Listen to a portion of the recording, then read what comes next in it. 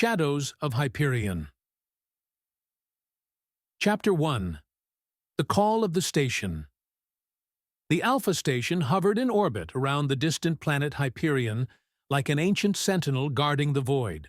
For a long time, nothing happened here except the monotonous movement of drones and androids, maintaining minimal life support systems. When Loran Becker first heard about his mission, he had no idea how difficult it would become. As an astrophysicist and expert in extraterrestrial contact, this mission was supposed to be his stepping stone to fame. The research station lost contact with Earth. Your task is to restore communication and find out what happened to the crew, they briefly explained to him at the briefing. It all seemed simple enough. But rumors among the mission's personnel spoke of more sinister things. Strange sounds, disappearances, and shadows wandering the empty corridors of the station. When Loran arrived at Alpha, he was greeted by an ominous silence. The metallic walls echoed his footsteps, and the station's windows opened up to the endless blackness of space. Drones hovered overhead, as if watching him.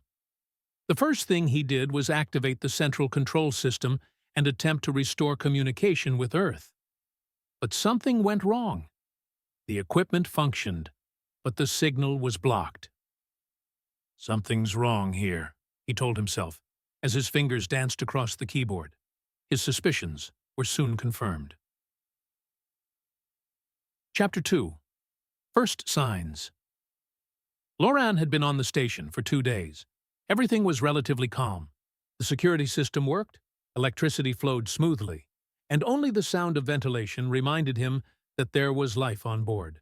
But by the end of the day, he noticed something strange. On the surveillance cameras, something moved in the distant parts of the station.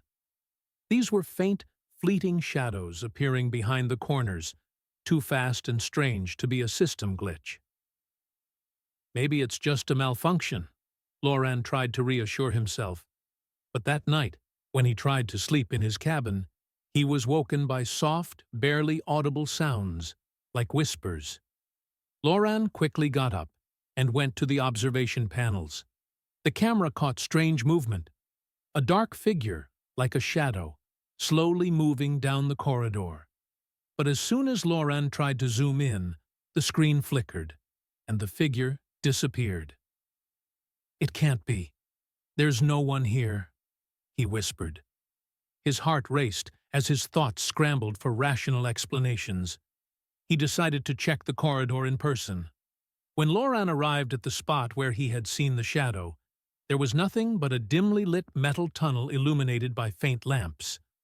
Suddenly, he heard footsteps, quick, inhuman, as if someone was running nearby. He turned. No one was there. "It's just nerves. You're tired," he tried to convince himself, but the growing sense of unease crept deeper into his mind. Chapter 3. The Creature from the Dark. The third night was a turning point for Loran. Once again, he heard the whispers, but now they were louder, as if someone was really speaking to him in an unknown language. Loran ventured into the corridor to check the source of the sounds and suddenly stumbled upon something horrifying. Before him stood a figure, humanoid but too tall, with long limbs and gray-blue skin that glowed slightly in the darkness. It didn't move, just stood at a distance. Loran felt a chill run down his spine. His body froze. Suddenly, the creature vanished into the air, as if it had never existed. Overcoming his fear, Loran ran back to his control room. He urgently reviewed the camera footage, trying to find proof of what he had seen, but all the data had been erased. "Someone or something here doesn't want me to uncover the truth," he thought. He tried to contact Earth using an old encrypted channel. No response came. Chapter 4. Unveiling the Past. On the fourth day, Loran found a video log in the archives from the last scientist who had stayed on the station. It was his former colleague, Dr. Maxwell. In the video, Maxwell looked exhausted, his eyes darting around wildly. "We made a mistake," Maxwell said. "They're not just creatures. They don't live by our understanding of life. These shadows control minds. They infiltrated the brains of our people. We tried to study them, but they were stronger. The station is doomed." The recording cut off. Loran tried to dig for more information, but the system had been damaged. The pieces of the puzzle began to come together. The research team at Alpha had discovered something they shouldn't have. It soon became clear. The aliens weren't just intelligent beings. They had psychokinetic abilities that allowed them to control technology and even human minds. Chapter 5. The Station Under Siege. That night began a real battle for survival. Loran activated the station's combat androids to protect himself, but the system began to fail. The shadows had infiltrated the central computer network, taking control of the machines. Loran realized he had to fight not only the aliens, but also the technology he had activated himself. The corridors of Alpha turned into a battlefield. Loran used all available means of defense. He turned sections of the station on and off to disorient the enemies and used the old laser defense system. Then he encountered the primary entity, the one that controlled the shadows.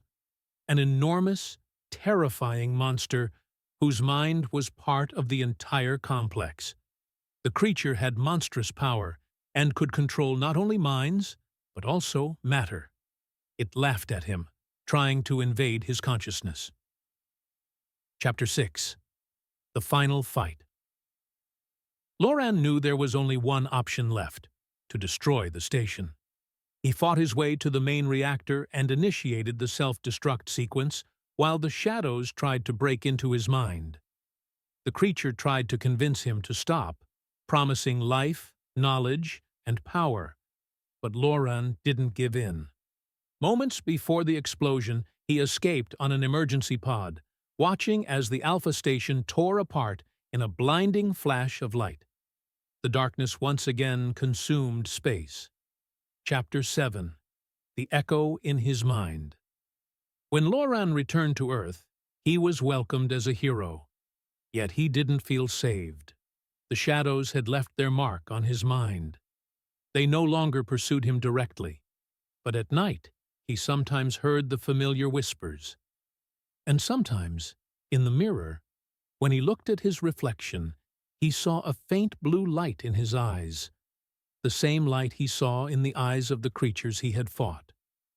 With each passing day, Loran began to wonder, did he really defeat them?